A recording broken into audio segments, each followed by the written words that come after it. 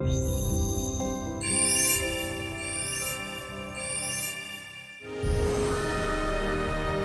your print business more profitable by adding true value services that will stand out and differentiate your services from others. It is easily realized with MGI Jet Varnish.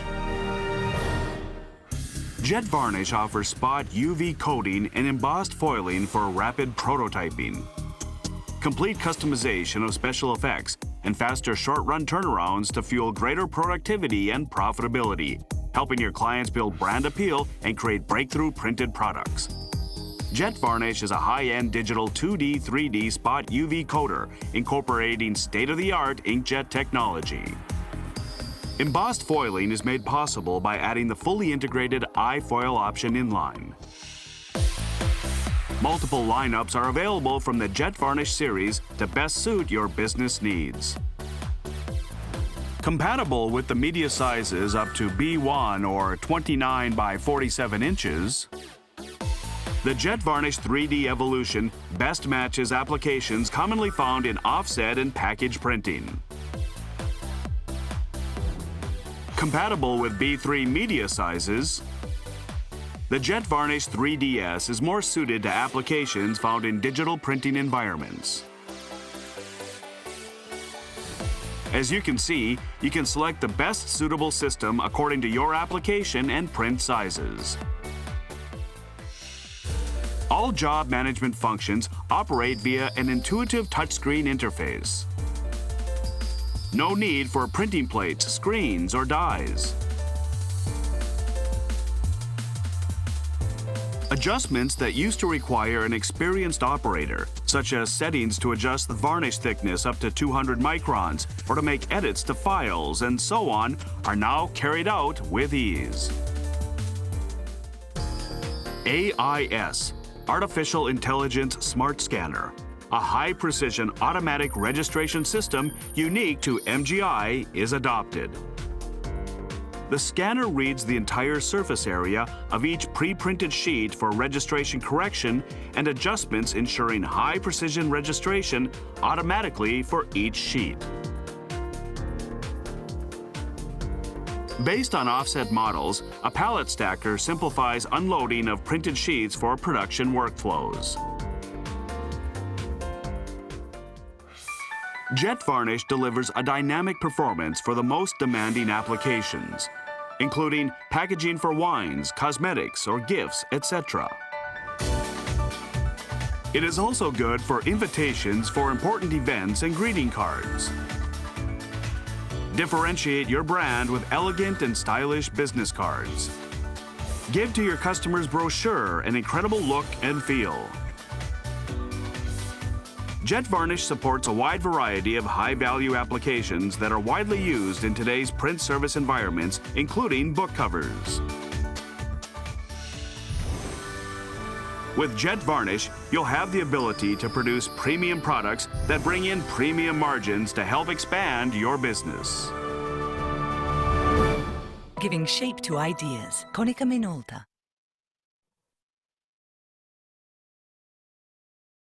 Thank you, Leonard. Mike, now it's over to you.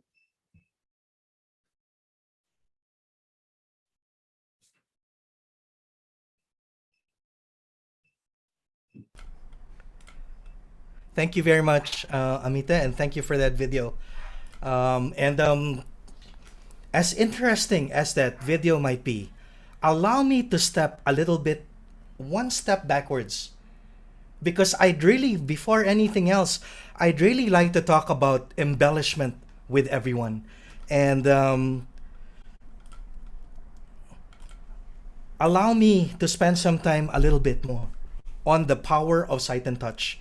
And the reason being is because up until now, a lot of people, a lot of the printers in any country that you see, whether it be here in Asia or in US or in Europe, when we started talking about embellishment, the very first thing that comes into mind is actually it's a nice to have.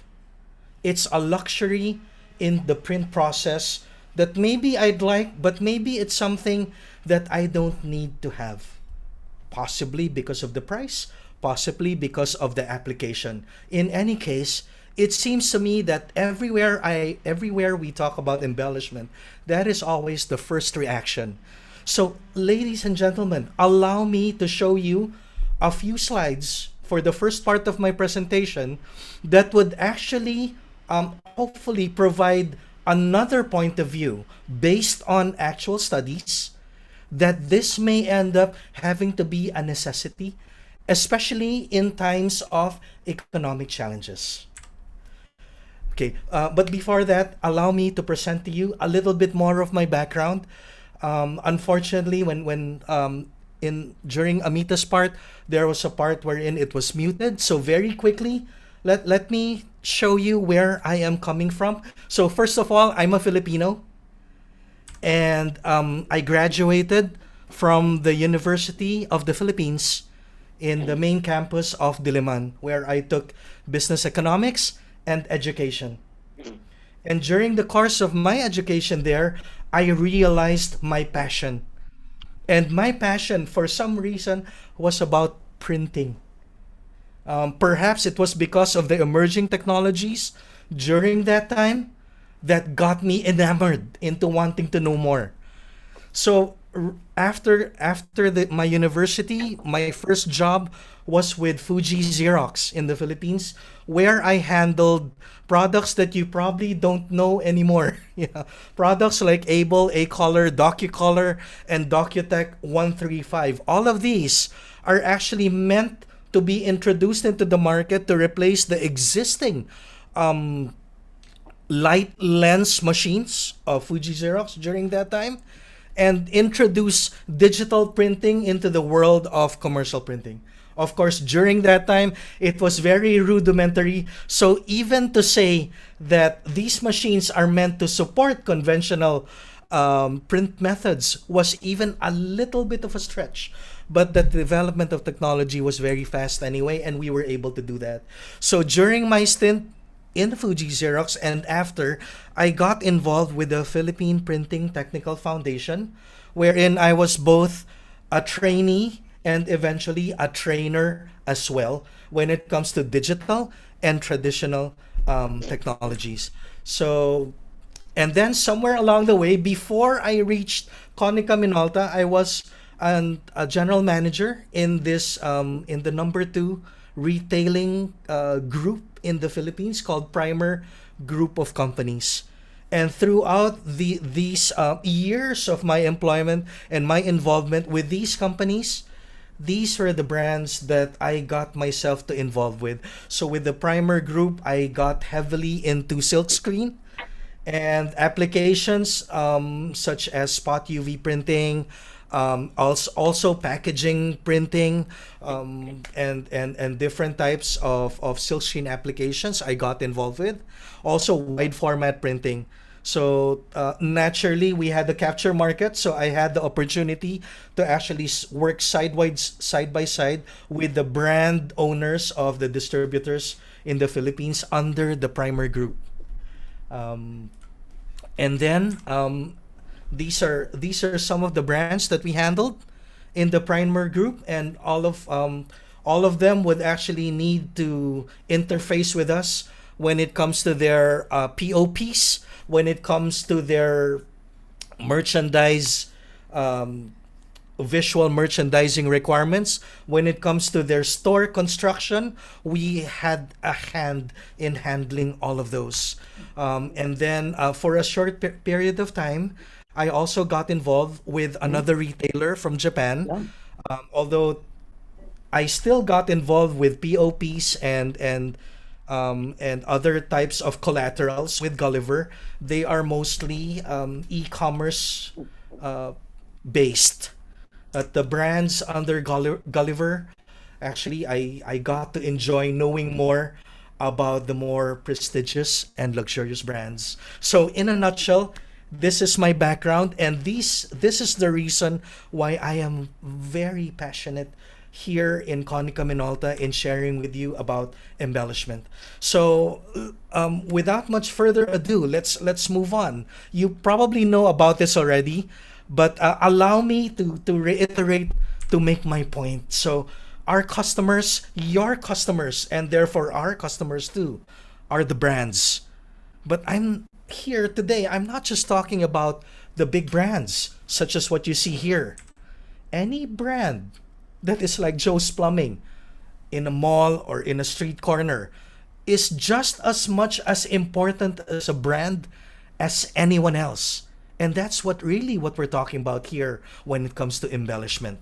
And like like the big brands, whether it be a big brand or a small brand, what do brands really want? Well, it's very simple. What they want is the same thing as what we want. They want to differentiate themselves in order to be successful. So you can imagine, if you look at the whole ecosystem, everyone has a part to play in the success of our customers, who are the brands. And for them to be successful, okay, us, the vendors, will have to be working with you. You know this already. And we, both of us, work with a brand. And probably, if you have your own design department, you actually get to involve yourself in the brand's design, especially when it comes to their collaterals and their point of sales and even their packaging. But even if you do not have your own design department, there are big agencies like Y&R McCann. My wife right now is working for Mullen Lowe, and they deal heavily with packaging and printed communication until now. All of those, the purpose is only one thing: to actually make sure that the everyday people, including us, would actually notice the brand. And I'll explain that a little bit more later. But in the end, that is really our goal. Share of voice, top of mind, attention, affection. That's what we're talking about. And hence, at this point, I'd like to talk about the power of visibility. Okay, so power of visibility, immediately automatic reactions to think that it is foil enhancement, and that is true. I'll tell you why later. It is meant to increase the visibility of products. It is meant to stimulate a level of attraction, to identify clients, to hold attention long enough, to communicate the value of a brand, the value of a product, the importance of a communique. And then influence decisiveness to take action. So that is foil enhancement. Now, as far as marketing is concerned and brand management, we know that there are many processes like that. And branding strategies actually look into all of these processes. But if you look at certain categories like food, beverage, cosmetics, groceries, cards, greeting cards, thank you cards, promotional business, and publications, the most established and well-known high visibility advanced enhancement is foil stamping. And ladies and gentlemen, this is not coming from me. I'm sorry, I'd love to take credit, but it is actually coming from a study done in 2013 by the Foil and Specialty Effects Association in the US. So what I'm presenting to you are actually points of view coming from actual studies throughout the years. Okay, so talking about foil stamping, why did they say that when we say the power of sight, it is the automatic go-to enhancement?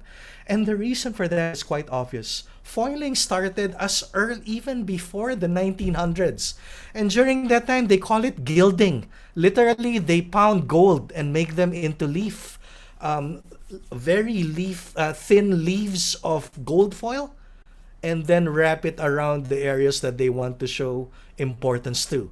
And the reason for that is because foil until now, there is actually an increased perceived value and perceived quality. Okay, so but when it comes to us and our intentions for printing, basically, to have a high perceived value and a high perceived quality, the effect in, let's look at shoppers alone, is very profound. Basically, most shoppers will only actively view about 50% of the brands within a category inside the store. And you know it yourself, I do that because, there's just so many things to see in a store. And the rest of the 50% remain unnoticed. I'm sorry to say though, unseen becomes unsold. And there's nothing we can do about it. That's really reality. So there is actually a very high correlation between how quickly a brand is seen and noticed and therefore considered, and its likelihood of purchase. So there is an impact, and I'd love to take you at this point through a certain number of cases.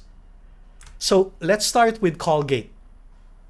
The Colgate Total is one of the newest products of Colgate, and they're actually one of the most successful. They introduced it in the United States around early December 1997 with a new packaging campaign. And the part of that campaign is a packaging using holographic foil. Okay, that's $100 million investment when they started it. And within only 4 months, they actually became the number one brand in the US. Before that, the number one brand, if I remember correctly, I think was Crest, if I remember correctly. The Colgate Total changed everything. And they changed the standard of packaging in the oral care category. And this is just oral care. Let's talk about something else. I'm sure this is something that all of you are using right now, Gillette. And believe it or not, Gillette is actually considered an expensive razor by everyone compared to the rest. And the funny thing is they continue to become the number one selling razor despite that image. And the reason why they actually have been able to keep that status is because of their packaging of overprinted CMYK on foil. And again, they changed the standards of packaging in the razor and shaving products category. Not just in the US, in the whole world. Okay? And then one more, Zantac. Now, Zantac has an interesting story because the main competitor of Zantac then, although nowadays, I'm sorry, I'm not sure anymore who, the main competitor is actually the Nobel Prize winner. So Zantac was up against an award-winning, a brand that is owned by an award-winning person. But when they changed their packaging to metallic foil stamping in 1983, they also became the largest selling pharmaceutical drug by 1986. 3 years going against a very prestigious competitor. And one of their tools is their packaging. And again, the rest is history for the pharmaceutical OTC products industry. Okay. Now, you might argue at this point, this is something, these brands, they're big brands even before they started to change that product, to change their packaging. So they're actually well known already. Maybe their being well known has diluted the effect of the changing of packaging, and it's actually had the bigger percentage in their success. And I'm not gonna contest you. I will give you that. So please allow me to present to you the next slide. This is a brand. Best Choice is actually a brand of private label products, and it's owned by the Associate Wholesale Grocers. Okay. When they started adding foiling into the labels and packaging of their private label products, in just 4 years for a private label, they actually increased their sales by nearly 50%. 2006 survey commissioned by the Private Label Manufacturers Association reported that 57% of respondents said the packaging of private label brands is just as good as a packaging for national brands. Can you imagine that? And that is just by adding foil. Now, okay. Still, this is already Associated Wholesale Grocers. They're a big company. They have a lot of resources. They can easily do such a stunt. And it's fair. So please please allow me to show you my fourth case study. This is done by the Sunoco Institute of Packaging Design and Graphics. I believe in Clemson University in South Carolina. They actually did an indubitable marketing stunt. You see, this coffee packaging that you're seeing here, it's called Zapotec. Who names their brand Zapotec? It doesn't even, honestly, for me, it doesn't even ring in my ear. The brand itself is not catchy. And there's a reason for it. This is not a real coffee brand. This is actually something that they came up with out of nothing. And the Sunoco Institute created these packaging, well, with actual coffee inside.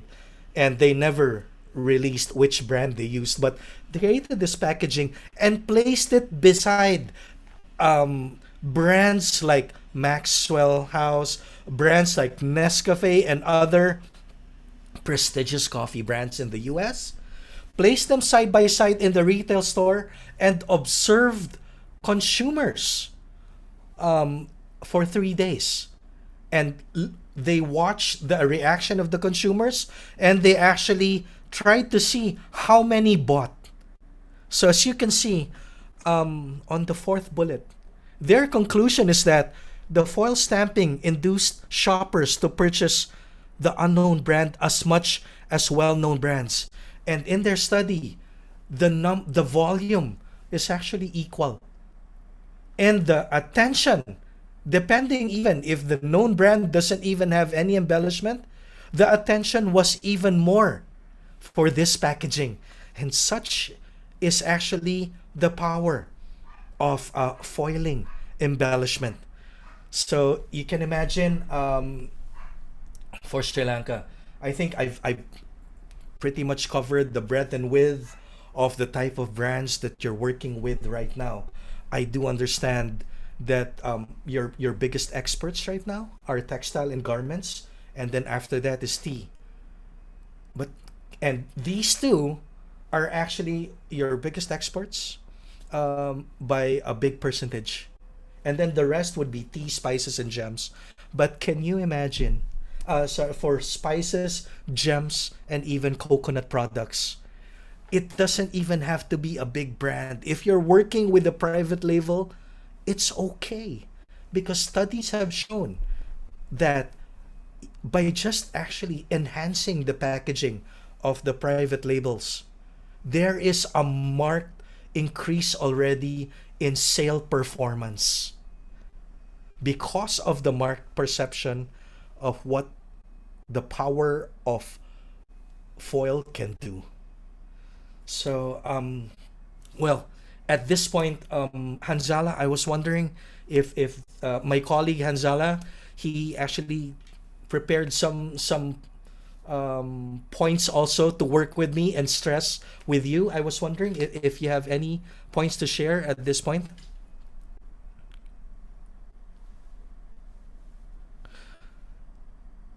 Okay. Well, perhaps later. So allow me to move first and continue with my presentation. So, ladies and gentlemen, I kept on telling you that there is a marked increase in as far as the perception of value, perception of prestige for foil. Let me try to show you the quantification of that. So naturally, the hypothesis would be a package embellished with foil would increase attention. Okay, so let's see how much really is that increase in attention, and that's what I'd like to show you. The first one that I'd like to show you is actually the most important. Remember what I said, unseen is unsold. And the very first thing in that plethora of brands that you see and packaging that you see when you enter a store, the most important thing is to catch the attention, for a brand to catch the attention of the consumer. And for embellished packaging, the average time to identify a brand is only 2 seconds compared to almost 4 seconds for a non-embellished brand. We're talking about 45% quicker recognition, quicker fixation of consumers to embellished brands. This doesn't have to be a big brand. This can be any other brand who wants to catch attention as fast as they can. It did work and it will work. The next great, one Mike. actually, Mike. Hazala? Yes, so I'm connected. Oh, there you are. Okay. The mic was Please, mute, care so to add? I was unable to. So thank you so much. Let me give a small summary to the ladies and gentlemen who are here in Sinhalese, so they can grab some of the most valuable things that you have actually shared with us. Thank you. Gentlemen, මම සාරාංශයක් හැටියට සිංහලෙන් මේක පරිවර්තනය කරන්න. Mr. Michael Ibrahim අපිට දැනට කියලා දුන්න පෙනීම සහ ස්පර්ශයේ බලය මොකක්ද කියලා. ඒ කිව්වේ වානිෂ් සහ ෆොයිල් මගින් මුද්‍රණයට අගය එකතු කරන්නේ කොහොමද කියලා. එතකොට එතන අපි කතා කරා අපේ ගනුදෙනුකරුවන් කවුද? අපේ කස්ටමර්ස්ලා කවුද? දැන් 99%ක්ම printers ලා තමයි මම හිතන විදිහට මෙතන රැඳිලා ඉන්න අද. අපිත් එක්ක සහභාගී වෙලා ඉන්නේ. එතකොට අපේ මේන් කස්ටමර්ස් ලාලා වෙළඳනාමකරුවන් හිමිකරුවන් බ්‍රෑන්ඩ් ඕනර්ස් ලා. එතකොට මෙතන ඉන්නවා විශාල වෙළඳනාමකරුවන් ඉන්නවා. ඒ හැටියෙම අපි බැලුවා කුඩා පරිමාණයේ වෙළඳනාම හිමිකරුවනුත් ඉන්නවා. එතකොට දැන් ලංකාවේ හැටියට බලපුවාම කුඩා පරිමාණයේ වෙළඳනාම හිමිකරුවන් ගොඩාක් ඉන්නවා. එතකොට එතනදී මේ වෙළඳනාම හිමිකරුවන්ට මොකක්ද ඕනේ? අපේ කස්ටමර්ස්ලාට ගනුදෙනු කරන්න මොකක්ද ඕනේ? එතකොට මේ අපිට ඕනේ දෙයම තමයි කිව්වේ සාර්ථක වීම සහ වෙනසක් කිරීම. අපි දැන් ලංකාවේ අපි ගොඩාක් කතා කරන එකක් තමයි වෙනසක් කරන්න, ඩිෆරෙන්ෂিয়েට් කරන්නේ කොහොමද කියන එක. එතනදී මේ පෙනීම සහ ස්පර්ශ කිරීම ස්පෙෂලි ෆොයිල්ස් වානිෂ් වලින් කොහොමද මුද්‍රණයට ඔබගේ අලංකාර කරන්නේ කොහොමද කියලා කියන එක. එතකොට මෙතන කේස් ස්ටඩි දෙක තුනක් අපි බැලුවා. එතනදී අපි කතා කරා නොදටුවා නම් නොපෙනීයයි කියලා කියන එක. ඒ කිව්වේ unseen is unsold. නොදටුවා නම් අලෙවි නොවේ කියලා කියන එක. එතකොට ඒ වගේම මේ power of visibility දෘශ්‍යයේ බලය මොකක්ද කියලා අපි කතා කරා. එතකොට ඒකේ හතරක් මිස්ටර් මයික් කතා කරා. ආකර්ෂණීයභාවය very important කියලා. එතකොට power of visibility දෘශ්‍ය බලය මොකක්ද අවශ්‍ය? එතකොට දෘශ්‍යතාවය අවධානය යොමු වෙනවා කස්ටමර්ස්ලාගේ. තව එකක් තමයි තීරණාත්මක බලපෑම වැඩි කරනවා. එතකොට මේ පොයින්ට්ස් හතර අපි බැලුවා කොහොමද මේ විසිබිලිටි එකේ පවර් එක ඇති කරන්නේ කියලා. ඒත් එක්ක කතා කරා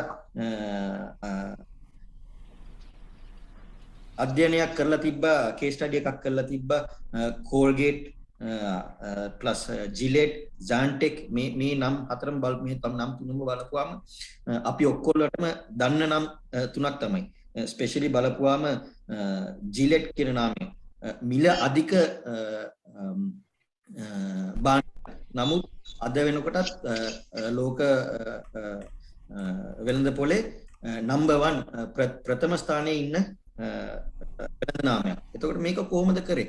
එතකොට මේ මෙතනින් කරේ මේගොල්ලන් ෆොයිල් උඩ CMYK එක දාලා print කරා. එතකොට වගේ මිල අධිකතාවයෙන් හරි මේගොල්ලන්ට අලෙවි කරන්න පුළුවන් උනේ මේ print embellishment එක හින්දා. ඒකට අමතරව අපි දැනුවත්වම මේ නාම මේ වෙළඳ නාමයන් අපි දැනුවත් නම් but ඊට පස්සේ අපි කතා කරා best choice කියලා වෙළඳ නාමය. එතකොට මේක බලපුවාම මාකට් එකේ වැඩි නොදැනුවත් තිබ්බ බ්‍රෑන්ඩ් එකක් මේගොල්ලන් embellishment එක foil එක පාවිච්චි කරලා packaging එක මේ කරපුවාම බලපුවම sales 50% විතර වගේ වැඩි වුණා. එතකොට මේකට අමතරව the Sonko Institute of Packaging and Designing කියන කම්පැනි එක තව රිසර්ච් එකක් කරා කොෆි පැකේජ් එක unknown නමක් මේ මිස්ටර් මයික් කියවාගේ Zaptec කියලා කියන්නේ මේ කොෆි වලට කිසිම අදාළ නැති නමක්. නමුත් මේගොල්ලෝ මේ නම පාවිච්චි කරලා ලොකු බ්‍රෑන්ඩ්ස් Nescafe ඒ වගේ ලොකු බ්‍රෑන්ඩ්ස් ඇතුළත මේක රිසර්ච් එකක් කරලා මේගොල්ලන් තිබ්බා. එතකොට මේකේ බලපුවාම ඒ ලොකු බ්‍රෑන්ඩ්ස් දවස් 3ක සර්වේ එකක් කරා මේ ලොකු බ්‍රෑන්ඩ්ස් මැත්තේ මේ Zaptec කියන ප්‍රොඩක්ට් එක විකුණුණා. එතකොට මේකෙන් උනේ අපිට මේගොල්ලන්ට තේරුම් ගියා මේ embellishment foiling කරන එකෙන් කොච්චර ලොකු බලපෑමක් තියෙනවද කස්ටමර්ගේ තීරණයට කොහොමද මේක බලපාන්නේ කියලා. So Mike, thank you so much. You can carry on and I will continue to give a small summary in Sinhalese. All right. Thank you very much, Hanzala. Nathan, please. Sorry. So I was just going to say, if they do not understand, then maybe they can raise their hand by the end of the session. Every session, then we can just give them a clarification. Oh yes, please. And thank you for saying that, because if there are any questions that you want to ask as early as now, please feel free to ping Hanzala, and I'd be very much happy to answer any of your questions through Hanzala. Okay, so moving on. So as I mentioned, going back to the actual study, we're talking about quantitative analysis, and as the first time of fixation alone, as I mentioned, there is already a 45% advantage by embellished packaging, foiled packaging. Now that is the attention grabbing moment.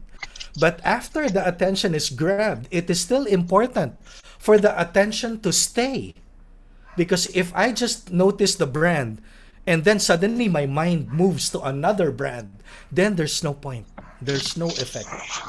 I have to keep my attention on the brand. And as far as embellished packaging is concerned, there is an 18% advantage of foiled packaging, embellished packaging, over non-embellished packaging.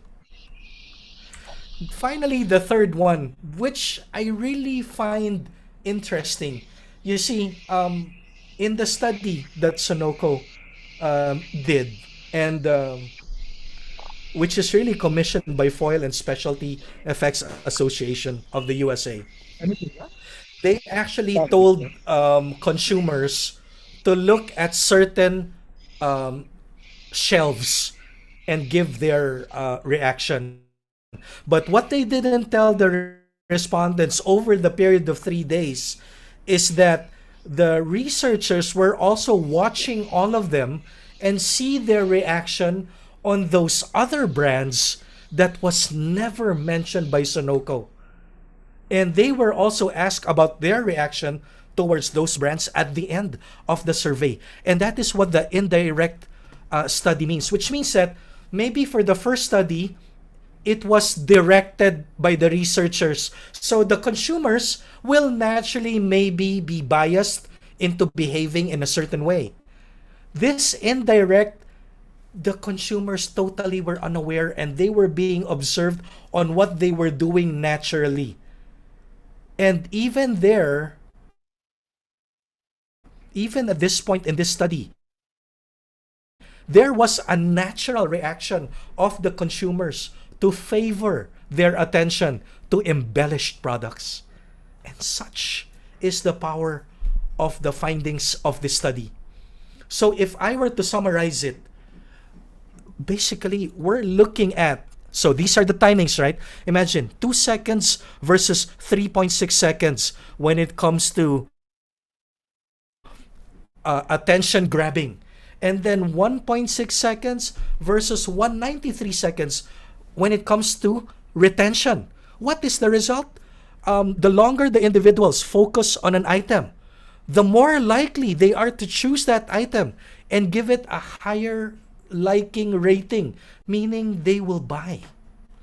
Foil-enhanced packaging increases the rate of attraction. These numbers up to 2.5 times faster than the same packaging without high visibility enhancement. Ladies and gentlemen, this is what these numbers mean. A 2.5, a factor of an advantage of 2.5. And then finally, if we superimpose it to another study, packages with specialty printing and enhancement have more than 46% higher quality perception. So, is foil enhancement, is embellishment a necessity? I would humbly suggest, based on the studies, foil enhancement creates visibility in all types of viewing. It can establish a trademark look and a brand identity. It can even provide authentication.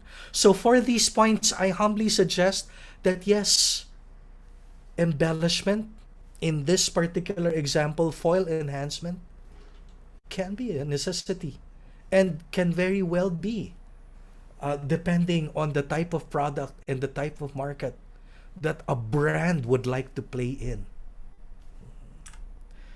And that concludes my part about the power of sight using embellished foil. And any additional clarifications, Sanzala? Or shall I move ahead? Yeah, so let me give a brief and a summary in Sinhalese as well. So මෙතන අපි කතා කරා හඳුනා ගැනීමේ සාමාන්‍ය කාලය customer කෙනෙකුට shopping mall එකකට ගියාම සුපර් මාකට් එකකට ගියාම shelf වල අපේ brand එකක් customer ගේ brand එකක් හඳුනා ගන්න කොච්චරක් වෙලා යනවද කියලා. එතකොට foil එකක් නැතුව customer usually තප්පර 3.6ක් ඇතුළත brand එකක් හඳුනා ගන්න පුළුවන්. ඒ වගේම foil එකක් එක්ක තිබ්බනම් එතකොට ඒ භාණ්ඩය තප්පර 2කින් වගේ අපිට කස්ටමර්ට හඳුනා ගන්න පුළුවන්. එතකොට මේක ස්වාභාවිකවම මේ පරිවර්තනය වෙනවා මේක කස්ටමර්ට. එතකොට මේකින් වෙන්නේ ආවිල්ලා කස්ටමර් රඳවා ගන්න පුළුවන් මේ ප්‍රොඩක්ට් එක මේ පැකේජින් එක හරහා කස්ටමර් රඳවා ගන්න පුළුවන් තවත් මේ භාණ්ඩය ස්පර්ශ කරන්න මේ භාණ්ඩය තව ඩීටේල්ස් බලා ගන්න. එතකොට මෙතන අපි කතා කරා මෙතන embellishment අත්‍යවශ්‍යතාවයක්ද කියලා කියන එක. එතකොට එතන අපි කතා කරා කස්ටමර්ස්ලාට කොහොමද මේක අපි example එකක් හැටියට authentication. එතකොට trademark එකක් establish කරා ගන්න. ඒ වගේම දාර්ශනිකත්වයේ අපි කතා කරපුවාම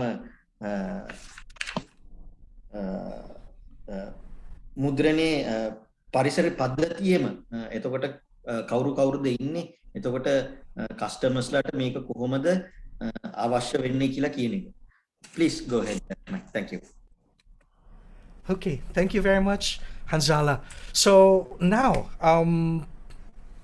I'd like to take you through the power of touch. This is a very new concept, just recently have been confirmed by study as well. It is the power of touch is actually the psychology of tactile effect.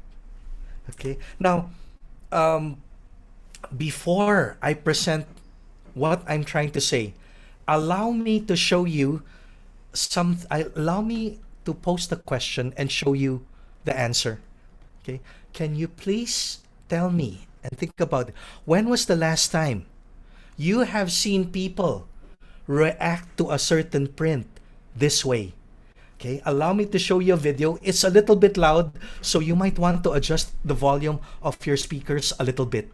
Here we go. What's the last time have you seen this?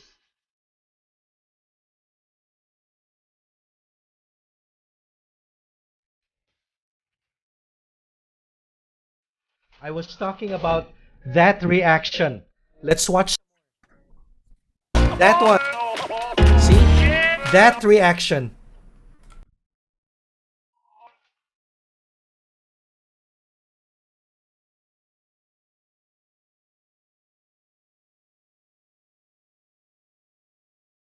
So you might be wondering, you might be thinking that this person is asking everyone to touch. But please, if you look at his mouth, he's not saying anything. He is just showing the print. So whatever reaction is coming from the people, it is their instinct. Without thinking, they actually are reacting that way.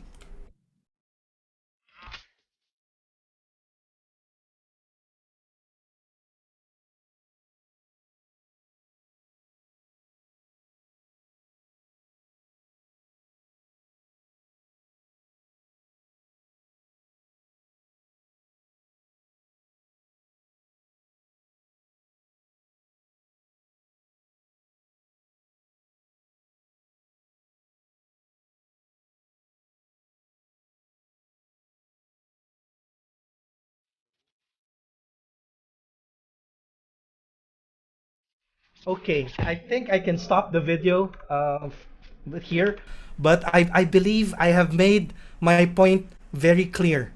So the person who was holding the print was never instructing them anything. And what you've actually seen is an honest, immediate, and instinctive reaction by the people around that area in France.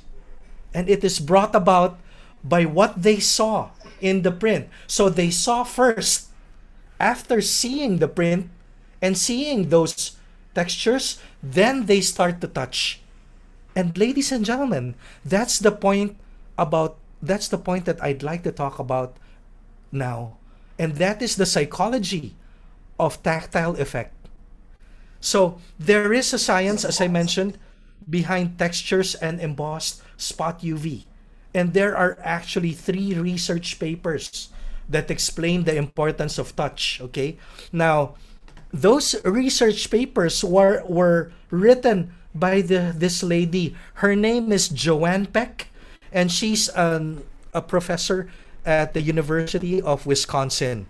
And her actual PhD is in marketing, but her area of interest is haptics. So this is a website that talks about the references of books that people might want to cite when they make their studies and when they make their scholarly articles. And Joanne Peck, this is her, and she has had 44 publications, read 1,000 times, and cited 5,600 times. So some of her titles, okay, haptic cues, interpersonal touch. So her study has always been about touch. And why did she start studying about touch? Allow me to briefly explain to you. Back in 2003, the Illinois local government, their attorney general, sent out a letter to all Illinois residents warning them Christmas time of 2003. The letter said, ladies and gentlemen, if you are going to visit the malls, the shopping centers, please do not touch the products being displayed. If someone is asking you to touch it, please decline, or else you might have a lot of unplanned purchases. You might suddenly buy. That was a real letter and an honest to goodness warning by a well-meaning local government. And that's what got Joanne Peck curious. Why is it so important that a government will even warn their constituents? And in 2006, she made a study. If I touch it, I have to have it. Influences on impulse purchasing. And according to her study, almost all unplanned buying is a result of touching, hearing, or smelling something within the premises of the store. I don't think I need to explain this any further. If you look at Apple stores now, Samsung stores, Huawei, if you look at toy stores, all of them,